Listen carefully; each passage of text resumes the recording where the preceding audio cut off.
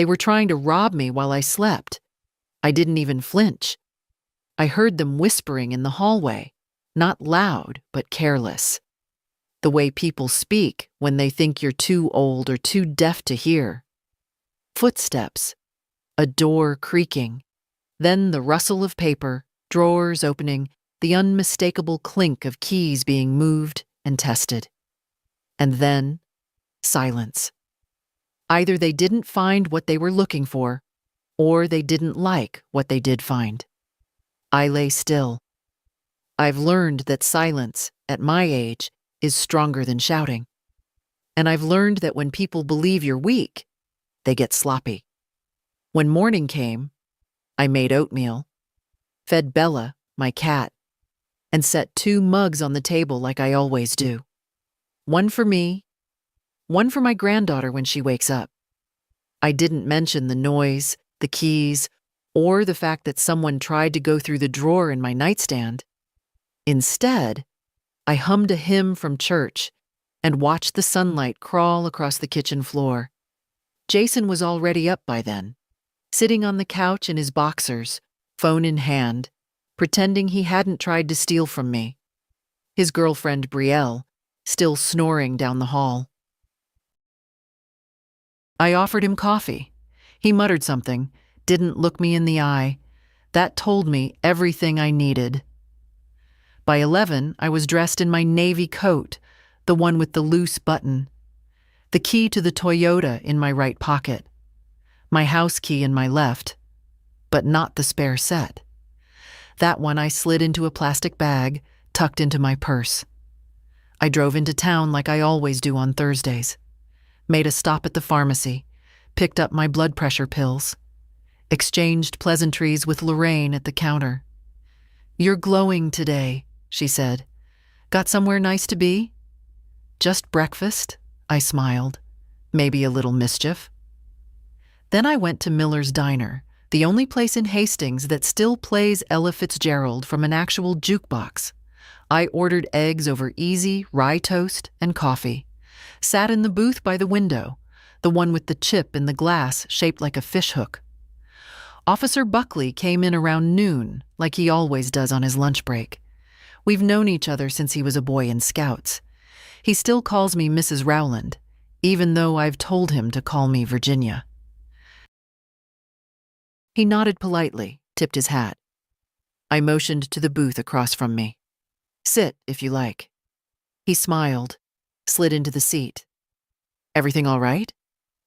"Oh yes," I said, stirring cream into my coffee. "Though I do find myself a bit forgetful these days." He raised an eyebrow. "Anything serious?"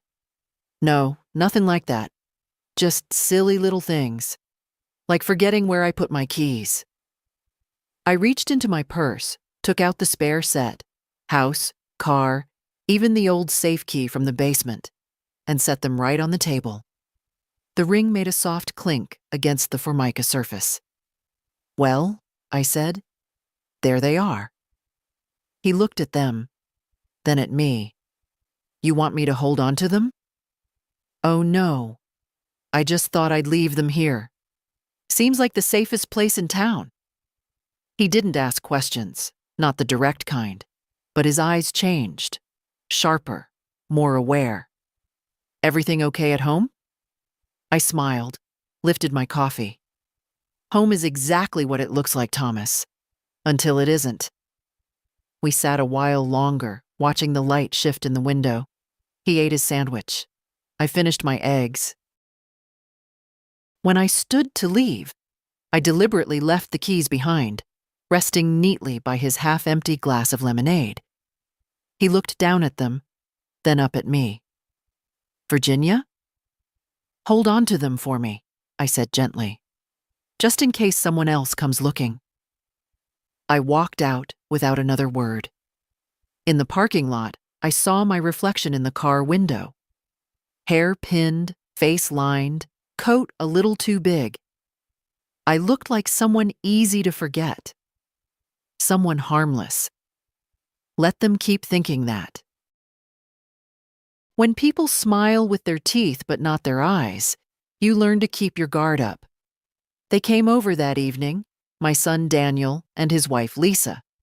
Lisa brought a pie from the store, still in its plastic container.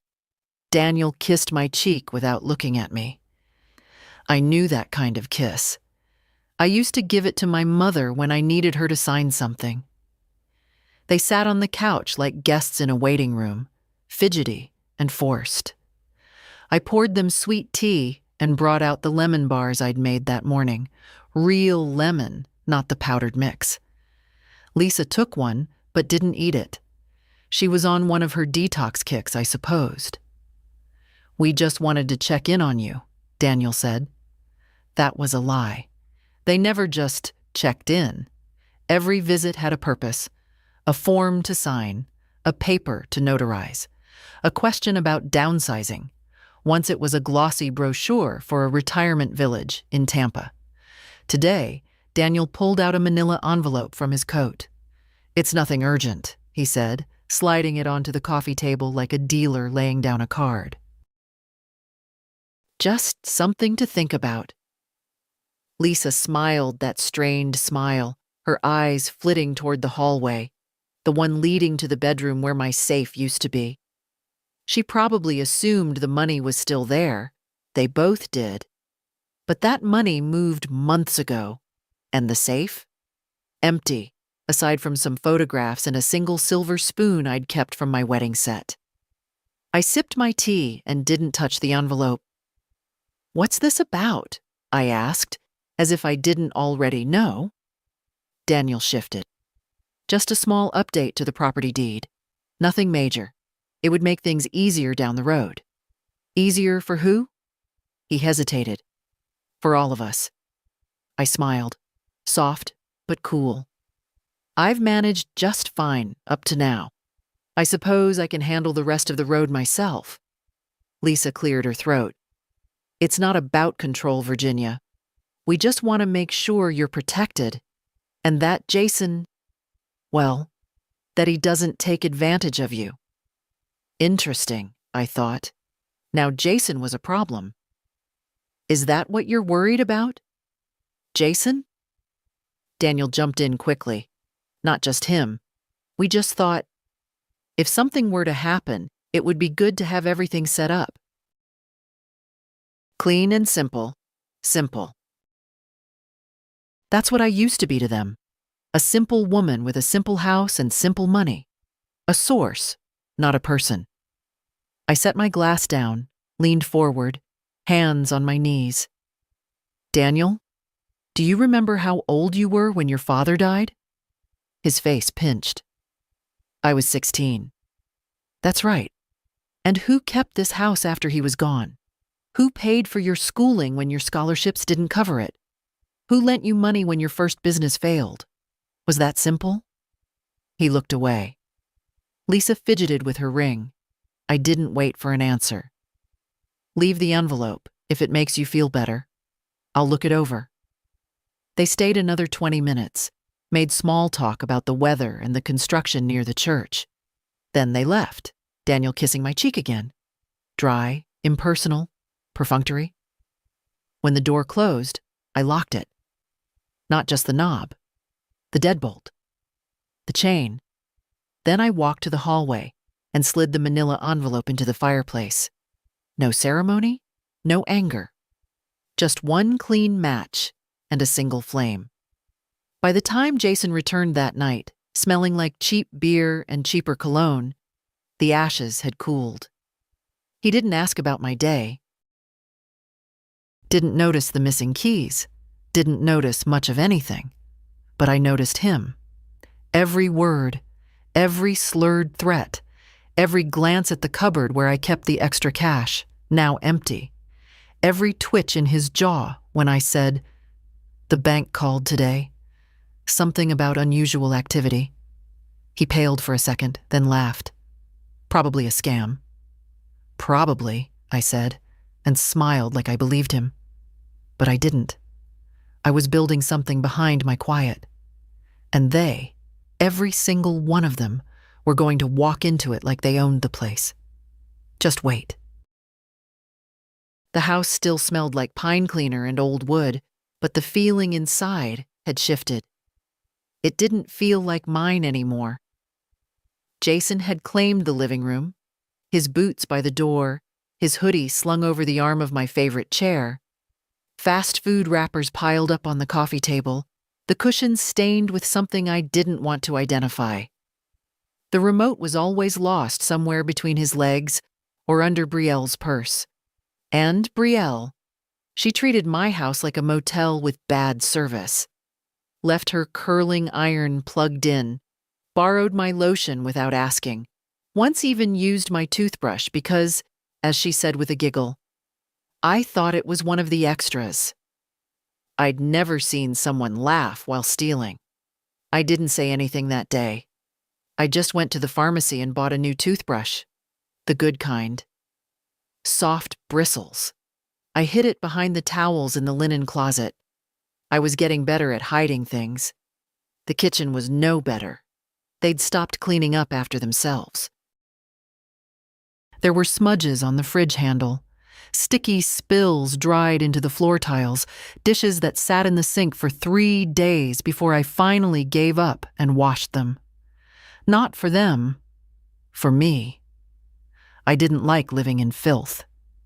But I was starting to understand the language of mess.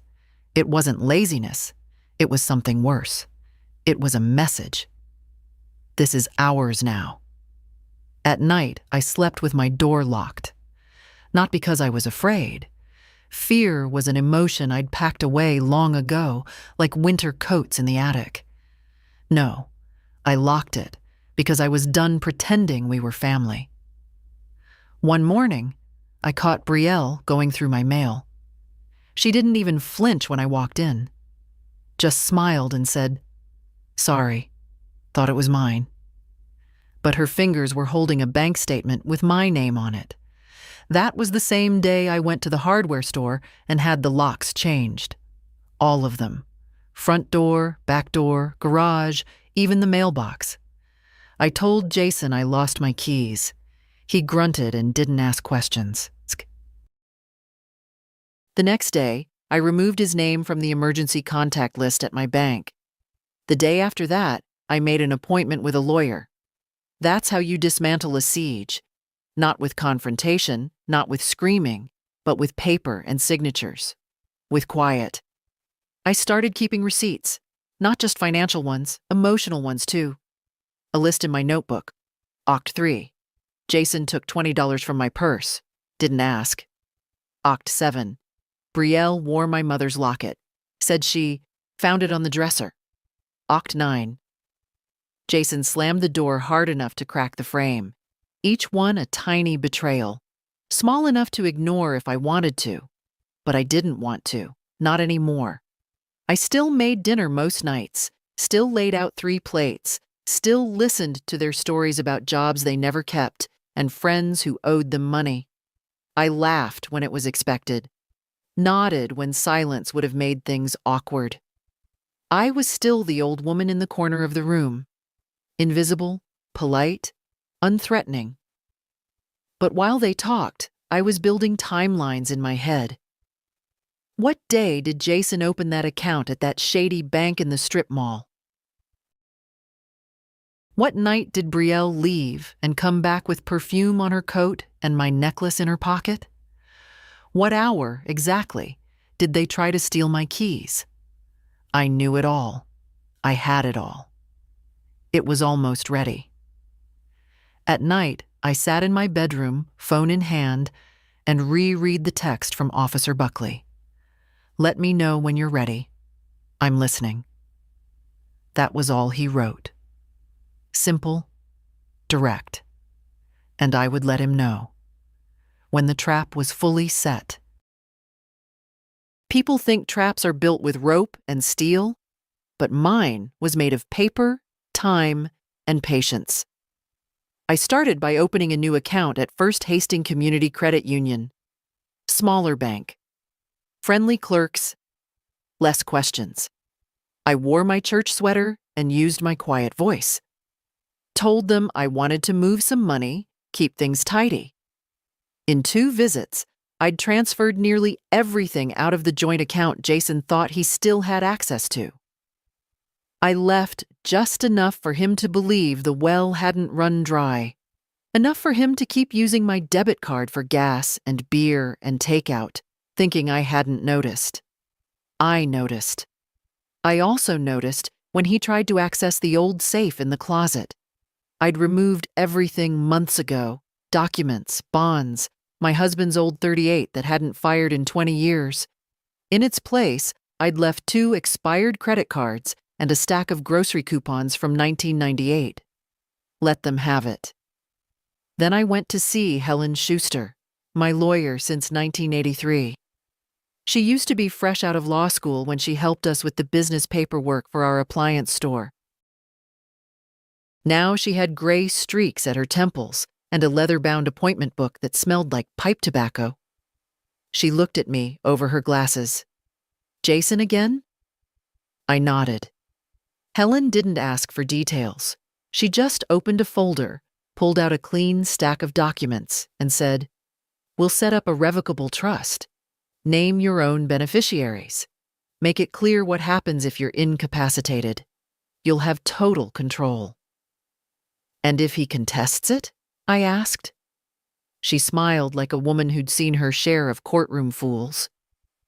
"He won't win. He's not the first grandson to think blood guarantees an inheritance." I didn't smile back. "It's not about the money."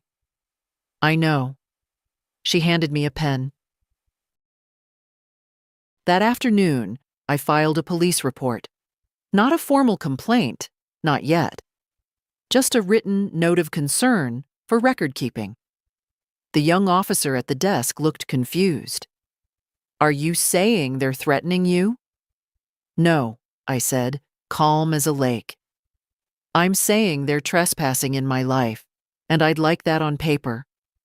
He didn't quite get it, but he filled out the form anyway. Then I stopped by Miller's Diner again. Same table, same chipped window. Officer Buckley wasn't there yet, so I left an envelope with Diane, the waitress who's been refilling my coffee since 2004. "Can you give this to Tom when he comes in?" She nodded. "Of course, hun. Everything okay?" "Everything's exactly as it should be," I said. Inside the envelope, photocopies of my bank statements with the withdrawals Jason made. A photo of the new bruises on my wrist. Not from violence, just a hard grab when I tried to take my keys back one morning. A list of Brielle's aliases. 3 names, 2 addresses, and 1 mugshot I found online. It wasn't dramatic, but it was enough. Later that week, Jason asked, "Hey, you been moving money around?" I looked up from my crossword. "What makes you say that?" "Some of my cards got declined." "Oh, well," I said, setting my pencil down. "Maybe you've been overspending." He stared at me a little too long, but I didn't blink. "You hiding something?" "Yes," I said.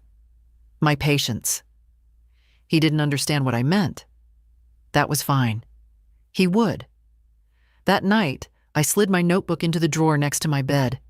It was heavier now, full of dates, receipts, names, times, evidence. Proof that I wasn't senile, I wasn't forgetful, I wasn't helpless. I was waiting. Let them think I was frail.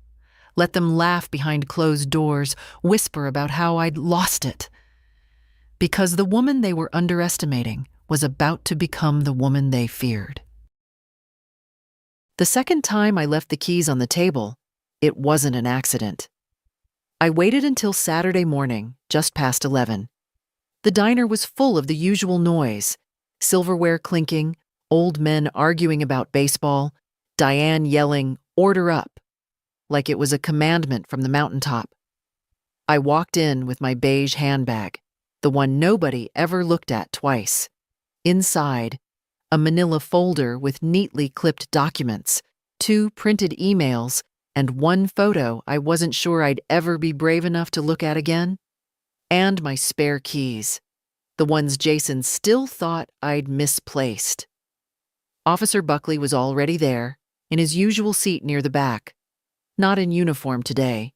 Jeans, leather jacket, reading something on his phone. He looked tired, but he stood up the second he saw me. "Mrs. Rowland?" He nodded. I smiled. "Still pretending I'm a Mrs., I see." He pulled out the chair across from him. "You didn't text. Figured you might have changed your mind." "I almost did." I sat down. Then I found this under my sink. I slid the photo across the table. A plastic baggie, half filled with white powder, tucked inside an old tin of breath mints. I'd discovered it by accident while reaching for a sponge, and I knew, without a doubt, it wasn't mine. Buckley didn't touch the photo, just stared at it, then looked at me. "You okay?" "I've been better." "You want me to take this formally?" "Not yet," I said. "I'm not ready for handcuffs on the porch." He gave a short nod. "Understood. What do you want?" "To be believed," I said. "And when the time comes, to be backed." He leaned forward slightly. "You've got that. But I need more than just trust. I need a pattern. I need risk. I need motive." I opened the folder. Pages slid out across the table. My notes, in clean handwriting. Dates of suspicious activity. Jason's employment record, or rather the lack of one. Brielle's 2 prior arrests, petty theft and possession. Buckley read in silence, jaw tight. "I've got a friend in adult services," he said finally. "They've been tracking elder exploitation cases. It's getting worse every year. Most folks don't say anything until it's too late." "I'm not most folks." "No," he agreed. "You're not." I reached into my bag and pulled out the spare keys, placing them gently next to his coffee cup. "Same as last time?" He looked at them, then at me. "You sure?" "Yes." Because what Jason didn't know, what none of them knew, was that those weren't just spare keys. They were the originals. And last week, I'd installed cameras. One in the kitchen, one facing the hallway, one in the den, disguised inside a smoke detector. The footage uploaded automatically to a cloud server Officer Buckley helped me set up. He reached out slowly, pocketed the keys, didn't say another word. We ate in silence for a few minutes. He finished his sandwich. I picked at a scone. Before I left, I leaned in and whispered, "He thinks I'm just confused, that I leave things lying around. And you let him believe that?" I smiled. I let everyone believe what's easiest. Until it's not. As I walked out, I saw the reflection of myself in the glass door. Spine straight, face calm, coat neat. An old woman, yes, but not a broken one. Back at home, Jason was asleep on the couch. The TV was playing a rerun of something violent. Brielle was outside, vaping in her pink slippers. I walked past both of them without a word, went to my bedroom, and locked the door. Because some wars aren't fought with weapons. They're won with silence, strategy, and the simple act of refusing to be erased. The first explosion wasn't with fists. It was with shouting, and it rattled the walls more than any punch ever could. It was a Tuesday, late afternoon. I was trimming the roses out front, my knees aching and my gloves damp with sweat, when the front door slammed so hard it startled the birds off the fence. Jason's voice followed, sharp, uncontrolled. "Where the hell is it?" I didn't turn around, just kept trimming. Footsteps behind me, fast, heavy. The screen door slapped open. "Grandma!" I straightened up, slowly. "Yes?" "Did you move the bank card?" I peeled off one glove and tucked it under my arm. "Which card?" He stepped off the porch and came toward me like I owed him something. His hands were twitchy, his jaw locked. The blue one, the one you said I could use. I said you could use it for groceries. Well, I tried to get groceries and gas, and both times it got declined. I met his eyes. Then I guess we're out of money. He laughed, but it didn't sound real. Cut the act, Grandma. I saw the balance 2 weeks ago. You're not broke. I held his gaze. You saw it without my permission then. You're messing with me, he snapped, voice rising. You think this is funny? No, I said. I think it's sad. He paced now, the way he always did when his mind started running faster than his sense. You moved the money. You're hiding things. Not hiding, I said. Protecting. From what? I didn't answer. Didn't need to. Brielle came out onto the porch then, arms crossed, her tank top too thin for October, and her eyeliner smudged. Jason, what's going on? She's screwing with us, he barked. She cut me off. Brielle looked at me like I was a broken ATM. Seriously? After everything we've done for you? I looked from one to the other. The porch, the yard, the street behind them. All of it mine. I think it's time you both started doing something for yourselves. Jason's face twisted. We live here. We help out. You live here because I let you. And the only help I've seen is you helping yourself to my wallet and my time. That's when he took a step toward me. Just one. But that was enough. I dropped my shears, walked past him, stepped up the porch and into the house. In the living room, I turned on the old radio. Static at first, then music. Ella Fitzgerald, soft and unshaken. I poured myself a glass of iced tea, sat down at the kitchen table, picked up the crossword I'd started that morning. Behind me, Jason's voice was muffled now, angry but unsure. Brielle's was shriller, indignant, defensive. I didn't listen, didn't rise, didn't ask them to be quiet or leave or apologize. I'd already made other plans. I finished the crossword in 20 minutes. I'd been getting faster, clearer. Then I picked up the phone and called Helen. He's started pushing, I said. Physically? Not yet, but he's circling the edge. Helen paused. Want me to file the first step? Not yet. Virginia, she said, firm now. You don't owe anyone your safety. I know. Then why wait? I glanced out the window. Jason was on the curb, smoking, talking fast on his phone, probably to his friend with the business idea who wore ankle monitors. Because I want them to think they've still got a chance. People get reckless when they think they're winning. Helen sighed. All right. But when you're ready, it'll move fast.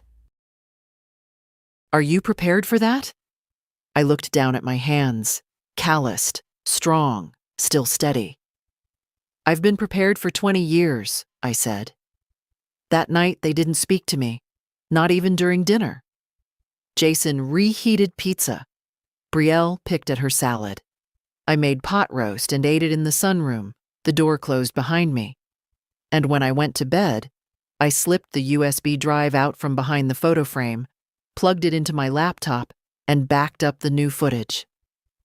Jason had a temper, the kind that showed in how he slammed cabinets, how he pressed just a little too hard on the steering wheel, how he looked at me when he thought I wasn't watching. And soon, someone else would be watching too. I closed the laptop and turned off the light. Let them sleep easy tonight. I wanted them well rested for what came next. The envelope was thick, heavier than usual. Daniel laid it on the kitchen table like it was a peace offering, or a bribe. I brought something, he said, trying to sound casual. No pressure, Mom. Just something to look at. I didn't touch it. He poured himself a glass of water without asking. Lisa stayed by the door, arms folded, eyes flicking toward the hallway, like she wanted to see if I'd locked the safe again, as if she didn't know it was empty. Daniel sat across from me, folding his hands like he was at a board meeting. I know things have been tense with Jason. Tense? I echoed. He had the nerve to laugh. All right, maybe more than tense. I've talked to him. He's frustrated. Says he doesn't feel trusted. I sipped my tea. He shouldn't. Daniel winced a little. Look, I get it. I really do. But he's trying to change. Brielle, too. They just need support. Stability. I gave them a roof, I said. Heat, water, food, gas money, and a second chance. What else counts as support these days? He sighed. That's not what I meant. I mean legally. Like a clean plan for the future. There it was. The real reason. I pushed the envelope back toward him. And what does this plan look like? He opened it, spread out the documents. Title transfers. Power of attorney. A copy of a new will. Drafted, but not signed. All standard, he said quickly. It keeps everything simple. If anything happens to you, God forbid, it's all organized. No court battles, no guesswork. I scanned the pages. Jason's name, written 3 times. His signature box, waiting. And then I saw it. A clause tucked into the 3rd paragraph, small print. Authorization for financial decisions in the event of increased mental confusion or decline. I looked up slowly. You think I'm confused? No, Daniel said too fast. No, of course not. Lisa stepped forward, smoothing her blouse. It's just precaution, Virginia. Everyone does this now. It's responsible. I stood, pushing my chair back with a scrape. The teacup clinked against its saucer as I picked it up, walked to the sink, and rinsed it clean. I'm 76, I said, drying the cup carefully. Not 96. I manage my accounts, my appointments, my own prescriptions.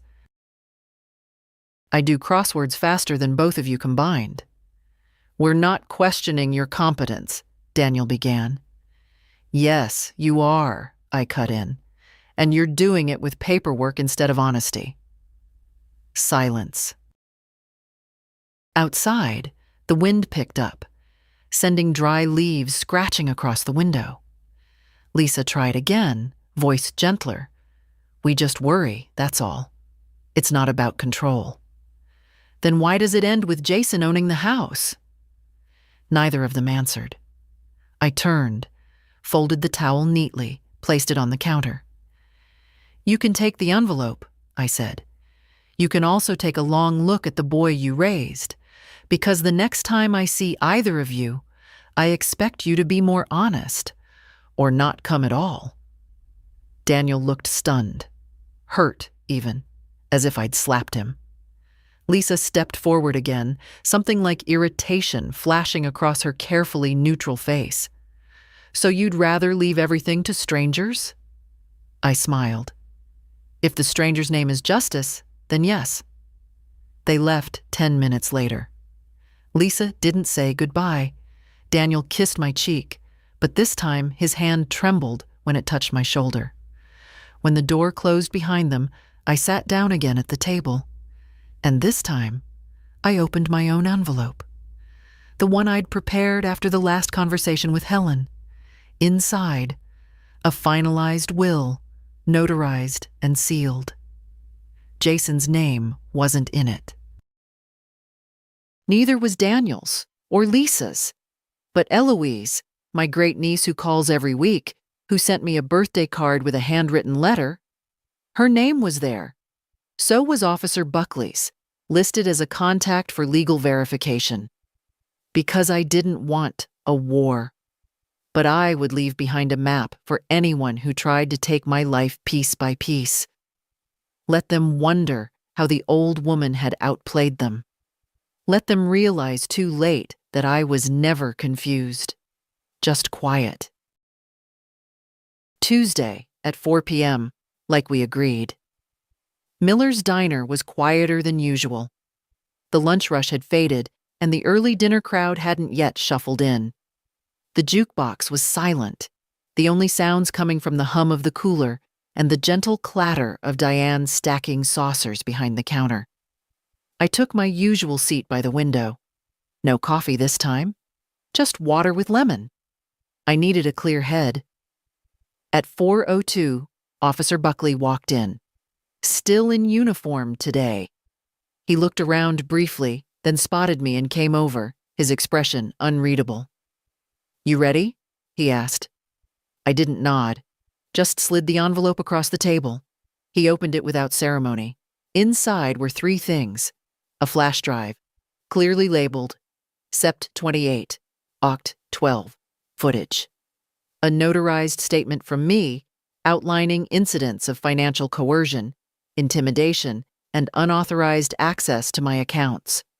A list of known aliases for Brielle, updated with a new one I'd discovered through a friend in the library who liked poking around online. Buckley's face didn't change as he read, but I saw something in his shoulders shift. A straightening, a tightening. He wasn't just being polite anymore. He was engaged. "Do you want to file formally?" he asked. "Not yet, but I want it on record, every last detail, every breath." He nodded slowly. "This," he said, tapping the flash drive, "could be enough to trigger a review from Adult Protective Services. I know I want it to be clean, quiet, if possible. No arrests yet? Only if they force me." He leaned back. "What happens if they find out you've been recording?" "They won't," I said. "Jason barely knows how to check voicemail." "And Brielle? She thinks cunning is wearing sunglasses indoors." He gave a small smile. Not amused, impressed. "Okay," he said. "I'll log this tonight.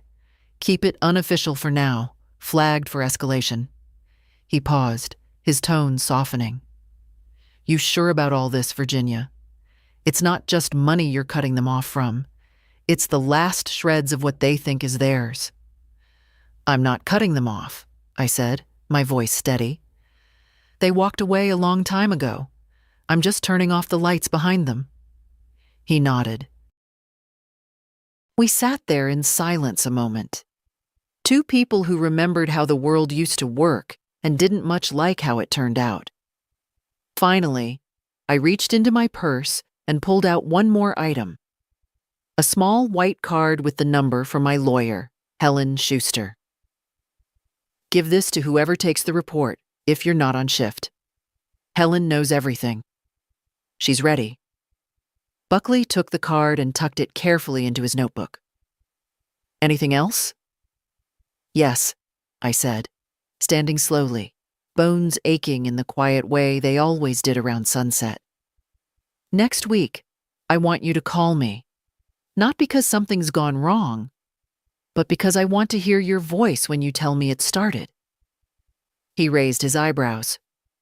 "The investigation?" I clarified. "When they finally look, when they realize she isn't just some forgetful old woman with an open wallet." "I'll call," he said. "And Virginia?" "Yes?" "They're not going to see it coming." I turned to leave, coat over my arm, purse slung just right. At the door, Diane waved at me, but I saw her eyes flick toward Buckley. She was curious. Small towns always are. Let them wonder. Let them gossip over their pancakes and burnt coffee, because I wasn't the woman they thought I was, and neither were they. Not anymore. They started watching me like I was the one with something to hide. It began small. Jason would glance up from his phone when I left a room, then glance down again like nothing happened. Brielle lingered near the hallway when I took my evening calls, pretending to clean her nails. They never said anything directly. They didn't have to. The house had grown thick with suspicion, like cigarette smoke clinging to the walls. I played dumb. I let my voice shake a little more. Let my hands fumble with the kettle on purpose. Once, I even asked Jason how to restart the Wi-Fi, though I could have done it blindfolded. They needed to believe I was slipping. Because people who think you're slipping stop being careful. The cameras helped. Motion activated, discreet. No blinking lights. I'd placed one inside the kitchen wall clock, another in the den behind the vent, and the third tucked inside an old ceramic vase near the hallway. A piece no one ever looked at, but that had a perfect angle of the front door. Every morning, I checked the footage before they woke up. Every night, I backed it up before bed. I had hours of Jason checking my mail, him digging through my drawers when I was at the pharmacy, Brielle trying to unlock the garage cabinet where I used to keep the household records. She didn't know I'd moved those months ago. I had recordings of whispers through thin walls, of Brielle saying, "She's hiding something. I can feel it." And Jason replying, "I'll get it out of her. She can't live forever." They weren't smart enough to know the doorbell had a mic too. I didn't cry when I heard that part. I didn't even flinch. I wrote it down, time-stamped it, and emailed it to Helen and Officer Buckley with the subject line, "Just in case." But I also started preparing for the next step. Because watching someone closely means they miss what's right in front of them. I began taking daily walks again, the long route around the block and past the Methodist church, where the benches smell like old hymns and wood polish. I made a point of stopping to talk to people. The mailman, Mrs. Darlene on her porch with her crossword, the teenage cashier from the gas station whose name I didn't know, but who always called me ma'am without sounding sarcastic. Jason didn't like that. "You walk in so much lately," he said one night, stirring instant noodles like it was gourmet. "Trying to train for a marathon or something?" I smiled. "Trying to outlive you?" He didn't laugh. He'd started looking over my shoulder at everything. My receipts, my phone screen, my pill bottles. One afternoon, I caught him in my room, said he was looking for the vacuum. I told him it was always in the hallway closet. He shrugged. Forgot. No one forgets where the vacuum is when they've lived in a place for 10 months. That night, I made a new label for the bottle in my medicine cabinet. Swapped it with the real one, which I hid in a tin of flour. Let Jason think I was taking the wrong dosage for my memory. Let Brielle mention to Lisa during her loud phone calls, "She's been foggier lately, right?" The house became a stage, and I let them direct their own downfall. In the silence of the night, I sometimes imagined how it would unfold, how they'd be sitting there smugly, thinking they'd pulled it off, thinking they were about to trick a judge or a caseworker into handing them control of everything. And then, the footage, the records, the voice on the line saying, "We have what we need." But I wasn't rushing. A trap isn't just about what you catch, it's about how long you can wait before it springs. It was the phone call that cracked the silence open. Late Thursday morning, just after I'd finished folding laundry, the landline rang. Hardly anyone used it anymore. It only rang for dentists, scams, and the occasional church fundraiser. But this time, it was a voice I didn't recognize. "Mrs. Rowland? This is Ellie Marston, Social Services Liaison with the Department of Adult Protective Services. I'm calling about a report we received." I didn't move. Not at first. Jason's voice floated in from the other room, yelling at the television. Brielle was in the backyard, arguing with someone on her speakerphone again, likely the same friend who once called me the antique. "Yes," I said, keeping my voice low. "I'm listening."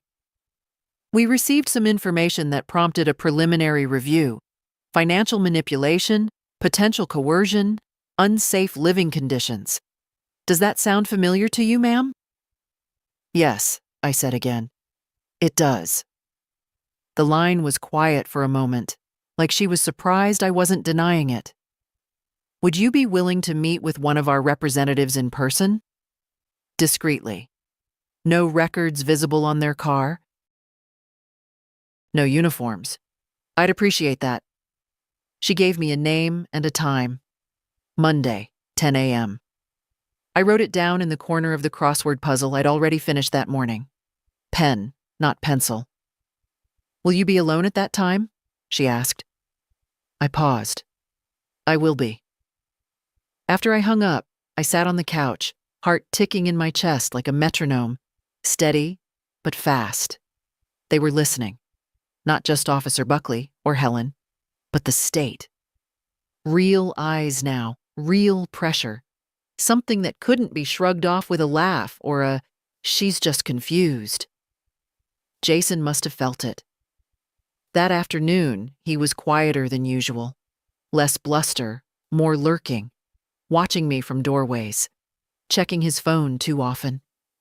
Brielle had taken to locking her purse, as if I were the one sneaking through her things. When the mail arrived, Jason grabbed it before I could. I let him. That envelope was empty. I'd sent the real notice from the power company to Eloise's house, with a return address in her name. Let them keep chasing ghosts. But what I hadn't expected, what chilled me more than all of it, came that evening. Jason knocked on my bedroom door. He never knocked. Yeah? I called, keeping my tone flat. He opened the door partway, hovered like he didn't quite want to enter. Hey, just wondering, have you been talking to anyone? Like, outside? I looked up from my knitting. You mean like God? He laughed, but it was hollow. I mean, you've been out and about. Just wanted to make sure you're okay. I'm old, not dead, I said calmly. And if I decide to talk to someone, I will. Unless that bothers you. His jaw tightened. Of course not. He stepped back, closed the door gently. Too gently. Something in that moment clicked. He wasn't angry anymore. He was nervous, which meant he'd started to understand what was coming. Maybe a neighbor said something. Maybe he noticed Buckley's cruiser idling down the block one morning. Or maybe Brielle, for all her smugness, had picked up on the wrong person asking the right questions. Either way, they felt it now.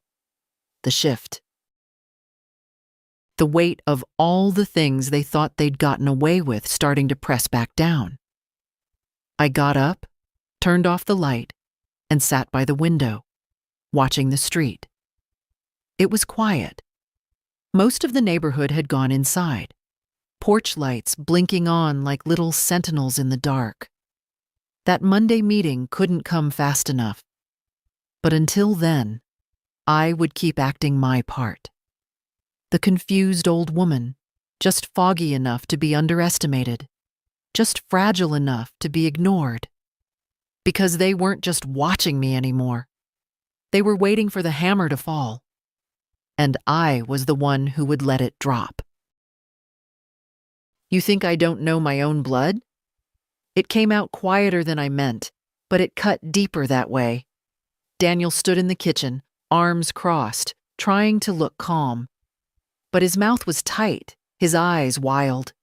He was unraveling, thread by thread. He'd come over unannounced that morning, said he wanted to clear the air. What he really wanted was to get ahead of something. Maybe the investigation, maybe the growing whispers, maybe just the smell of judgment he must have finally started to notice. I'm just saying, he began. There's a lot going on. People are talking. Jason's upset. Brielle says you're acting different. I set the spoon down in the sink and turned to face him fully. Brielle thinks ordering DoorDash twice a day is independence. I'm not sure her opinion counts. He didn't smile. Mom, come on. No, I said. You come on. You come into my house, stand in my kitchen, and ask questions like I've lost touch. Like I've forgotten what kind of man my son turned into. As if I haven't watched you pull away year by year, phone call by phone call. I've always tried. No, I interrupted. You've always needed. The room went still. Even the old clock on the wall seemed to pause. I gave you tuition when your scholarship ran out. I paid for your first car after you wrecked the one you couldn't afford. I wrote checks for braces, dance recitals, even your second honeymoon when Lisa said she needed closure in Hawaii. He looked down, jaw working. I didn't stop. But I never asked for much. I never wanted praise or postcards, just honesty. And maybe a visit on my birthday that didn't feel like a tax audit. Daniel looked up, voice brittle. This isn't about birthdays. You're right. It's about trust. And respect.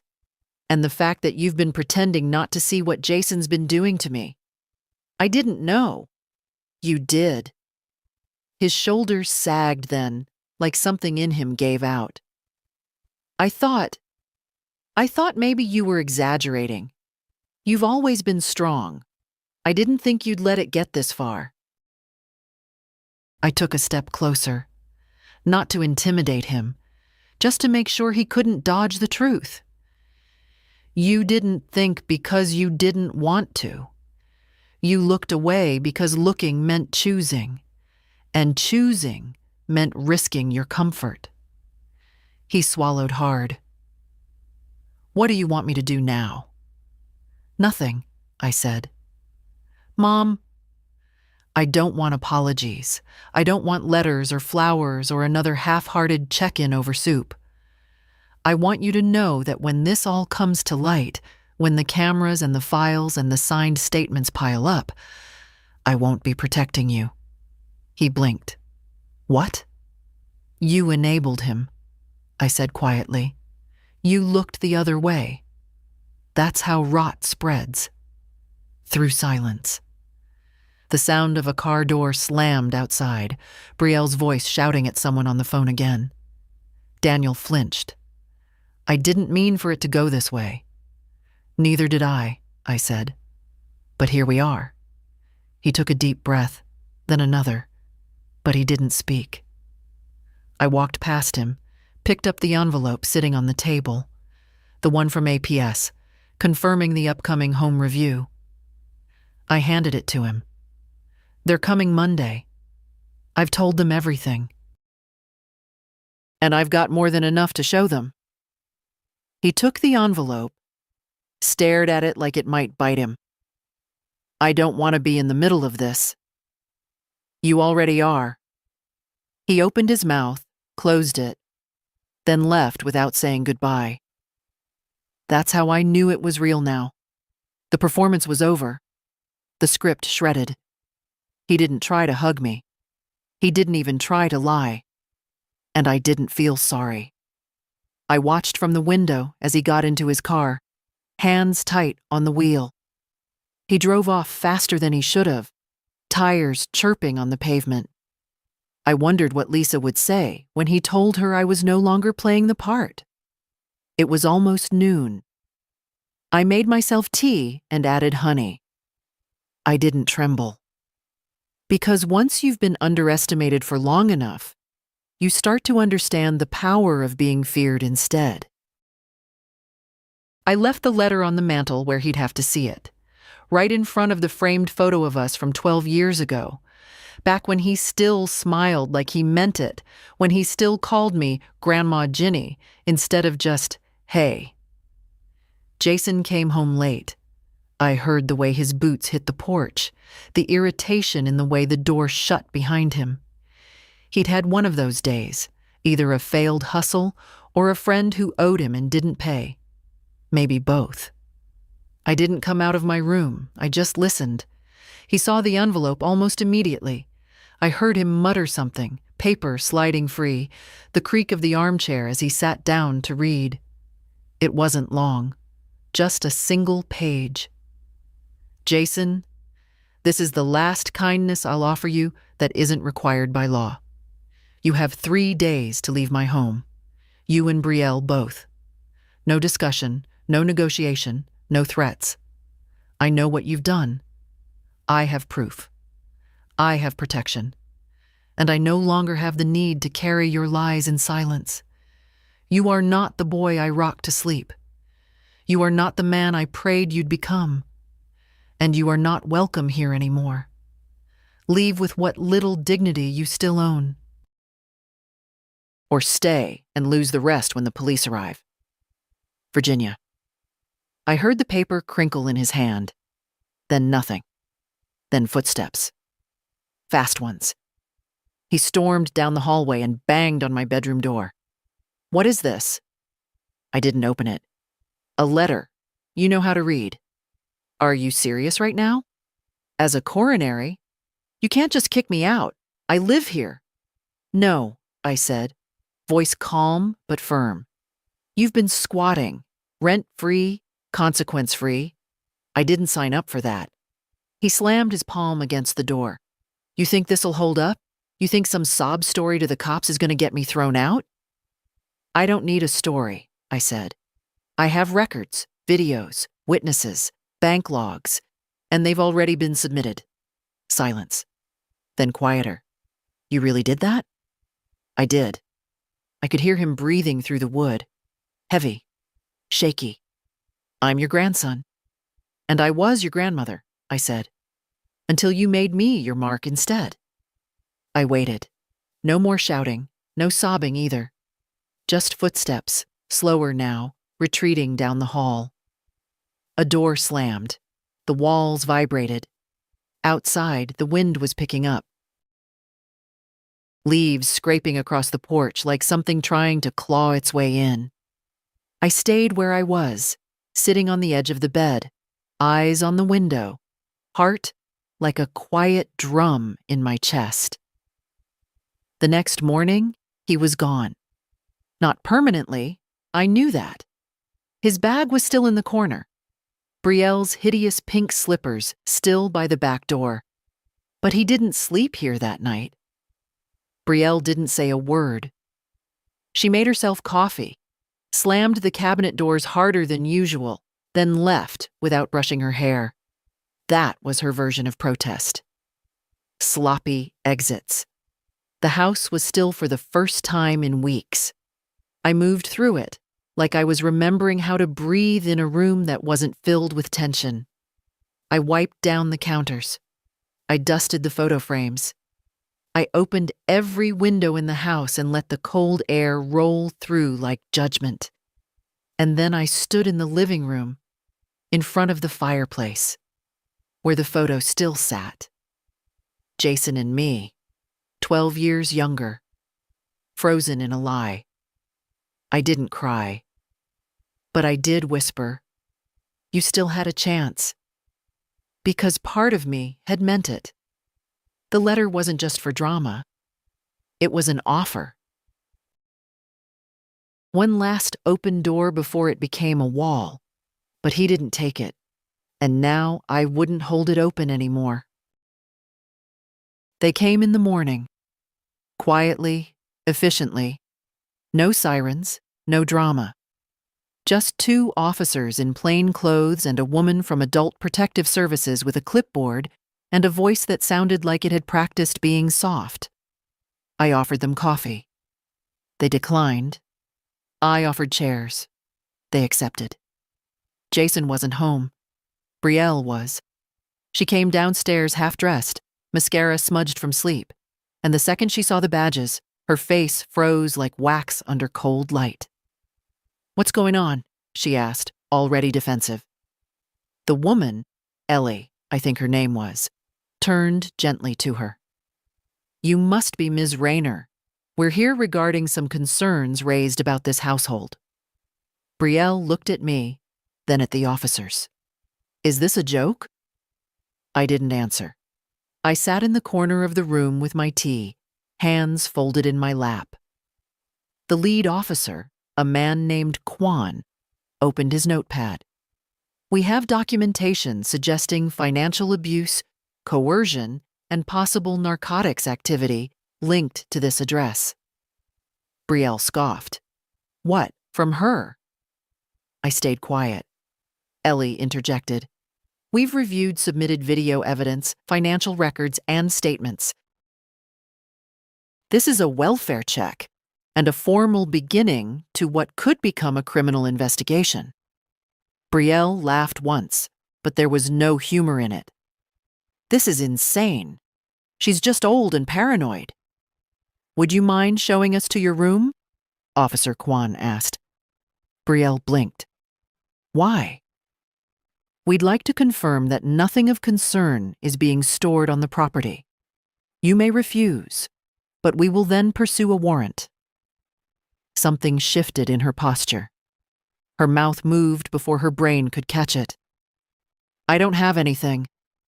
But she went upstairs. The silence in the room felt thick. Ellie sat beside me, calm. Her eyes scanned the walls, the photos, the worn-out rug near the fireplace. Your home feels lived in, she said. That's a good sign. I smiled faintly. It's been lived through. She gave a slow nod. Would you like me to stay while they search? No, I said, but thank you. 20 minutes passed before the officers came back down, Brielle behind them, pale, arms crossed, not speaking. Officer Kwan looked at Ellie and gave a small nod. She turned to me. Mrs. Rowland, would you be comfortable staying elsewhere for a short period, just for documentation purposes? I blinked. Why? Because we're going to begin the official removal process, and we'd like to ensure your safety while we prepare the warrant. I'm not leaving my home, I said firmly. If anyone should leave, it's them. Kwan cleared his throat. We found enough in that room to start the paperwork. Prescription pills without labels, paraphernalia, and what appears to be forged checks. Brielle flinched. That's not mine, she snapped. I didn't. Jason, he asked me to hold them. You'll have a chance to explain that, Ellie said gently, but you may want to do so with counsel. The front door opened. Jason stepped in, bag of fast food in one hand, car keys in the other. He froze like a deer hit with headlights. Then his face hardened. What the hell is this? Officer Kwan stepped forward. Jason Rowland, we're currently conducting a protective investigation. You're not under arrest at this moment, but you are not free to interfere. Jason's eyes went straight to me. You did this. I didn't move. I warned you. I'm your family. You were. Brielle exploded then. You left that stuff in my room? Are you serious? They're going to charge me. He turned on her. You said you'd hold it. I thought it was weed. You didn't look? They were shouting now, unraveling in real time. The officer stood between them, not intervening, just documenting, waiting. I watched it all with a quiet I had earned. Jason turned back toward me, eyes wide now, not with rage, with fear. You set me up. No, I said. You set yourself up. I just stopped getting in the way. It was surreal, watching the collapse of something you'd been bracing for so long, like waiting for a tree to fall that had been leaning for years. I felt no glee, no triumph, just release. Officer Kwan stepped outside to radio something in. Ellie turned to me. This will move quickly now. Good, I said. I'm tired of pretending my house was still mine. She gave me a look, not pity, not sympathy, but respect. And that was worth more than any apology I'd never gotten. The house was quiet again. Not the uneasy silence of held breath or doors closing too softly, but the kind that felt earned, like the hush after a long storm, when the rain has finally moved on and the floors stop creaking. Jason and Brielle were gone by noon the next day. Officially, it was called a voluntary removal under pending investigation, but nothing about it felt voluntary on their end. Jason didn't look at me as he left. He carried 2 duffel bags and a face that had finally run out of versions to perform. Brielle cried, but it wasn't sorrow. It was fear mixed with shame. She mumbled something under her breath. Maybe a curse? Maybe a warning? I didn't flinch either way. I watched from the sunroom as they drove off in the dented Honda that still had my old parking permit on the dashboard. I'd cancel that Monday. The door clicked shut behind them. I didn't cry. Instead, I made soup.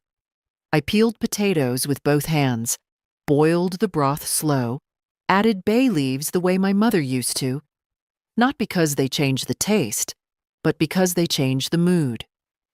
I made enough for 4 and froze 3 portions. I cleaned.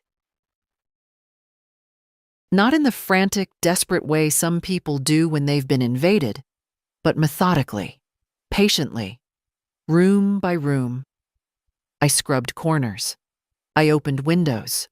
I laundered every pillowcase and burned sage in the hallway, not because I believed in spirits, but because I believed in scent and the power it had to shift the past into something manageable. And then, when all the surfaces were clear, I lit a single candle in the den. That was the room they'd used the most. For TV, for shouting, for secrets they thought I couldn't hear. I sat in my chair, the one they never touched, and I let the wax burn down while Ella Fitzgerald sang softly through the old stereo. It wasn't a celebration. It was a marking. The end of one version of my life, the beginning of another. Around dusk, the phone rang. I recognized the number. Buckley. "Wanted to let you know," he said. "The formal charges are in motion. Possession, fraud, elder coercion. Brielle's got priors. It's not looking good for her." "And Jason?" He hesitated. "He's lawyered up, denying everything. But the evidence is strong, especially the footage." I took a breath. "Then it'll be what it needs to be." He was quiet a moment. Then, "You okay, Virginia?" It was a bigger question than he realized. I looked around the room, at the photographs back in their places, at the stacks of papers now returned to drawers, at the keys resting in a bowl by the door where they belonged. "Yes," I said. "I think I am." We hung up. Later that night, I opened the window in my bedroom and let the autumn air roll in, crisp, cold, smelling like smoke and soil, and the end of something heavy. I slept with the door unlocked for the first time in nearly a year, and in the morning, I woke up to quiet that wasn't hollow. It was peaceful. I made toast. I wrote in my notebook. I walked around the yard and waved to Darlene across the fence. I went to the bank and updated my records, then stopped by the diner, where Diane said, "You look lighter, hun." I didn't need to explain. Everyone in a town like this knows when a woman's house is hers again. I stood in the driveway with a letter in one hand and a set of keys in the other. Not mine, Jason's. They arrived in a plain envelope, no return address. The note inside was short, written in a rushed, uneven hand. "Guess you win. Hope you're happy." There was no apology, no explanation. Just those 5 words and the keys, the ones he used to carry like trophies. He never understood that it wasn't about the locks. It was about what he thought he was entitled to open. I walked back inside, dropped the keys into the old glass jar near the door where I keep useless things that once meant too much. They clinked against spare buttons, a faded charm bracelet, and the broken clasp from my first handbag. Then I poured myself coffee. No sugar, no milk. And I sat. There were no voices arguing in the hallway, no footsteps at odd hours, no strange calls from banks asking about withdrawals I never made. Just peace. And in that peace, something else bloomed. Not joy, not pride. Just certainty that I had waited long enough, that I had spoken when silence no longer served, that I had protected the woman I used to be and the one I still was. People had started to talk. Neighbors, the women at church, even old Helen, who didn't usually gossip. Some said I'd lost my mind. Others said I'd finally found it. But the truth was simpler. I had stopped accepting what I didn't deserve. A few days later, Eloise came by. She brought me a bag of apples from the orchard and a book on container gardening. She sat on the floor like she used to when she was little, picking lint off her jeans, not rushing to fill the silence. Then she asked, "Do you miss them?" I thought about it. The noise? No. The tension? Not even a little. The idea of family? Yes. But not the one that sat in my house uninvited. I miss who they were, I said. But they haven't been those people in a long time. She nodded. I think you're brave. I looked down at my hands, older now, softer in some places, harder in others. No, I said. I just stopped being scared. That night, I lit another candle in the den. Same scent, same chair, and I wrote a letter. Not to Jason, not to Daniel, not to anyone who'd stopped hearing me years ago. It was to myself. You were right to wait. You were right to prepare. You were right to protect yourself even when no one else would. I folded the note and tucked it into the drawer beside my bed. Not because I needed reminding, but because someone, someday, might. Someone might find it. A granddaughter, a niece, a stranger renting this house long after I'm gone. And maybe she'll be in her own kind of silence. Maybe she'll be doubting the way I once did. And maybe reading it will help her believe in the voice she hasn't used yet. So if this story found you, if you read it all the way through, maybe that's not an accident. Maybe it's your sign. If someone's taken what's yours, your space, your voice, your peace, you don't owe them your silence. You owe yourself the fight. If this story spoke to you, share it. Leave a comment. Tell someone who needs to read it. And don't forget, sometimes the quietest women carry the loudest truths.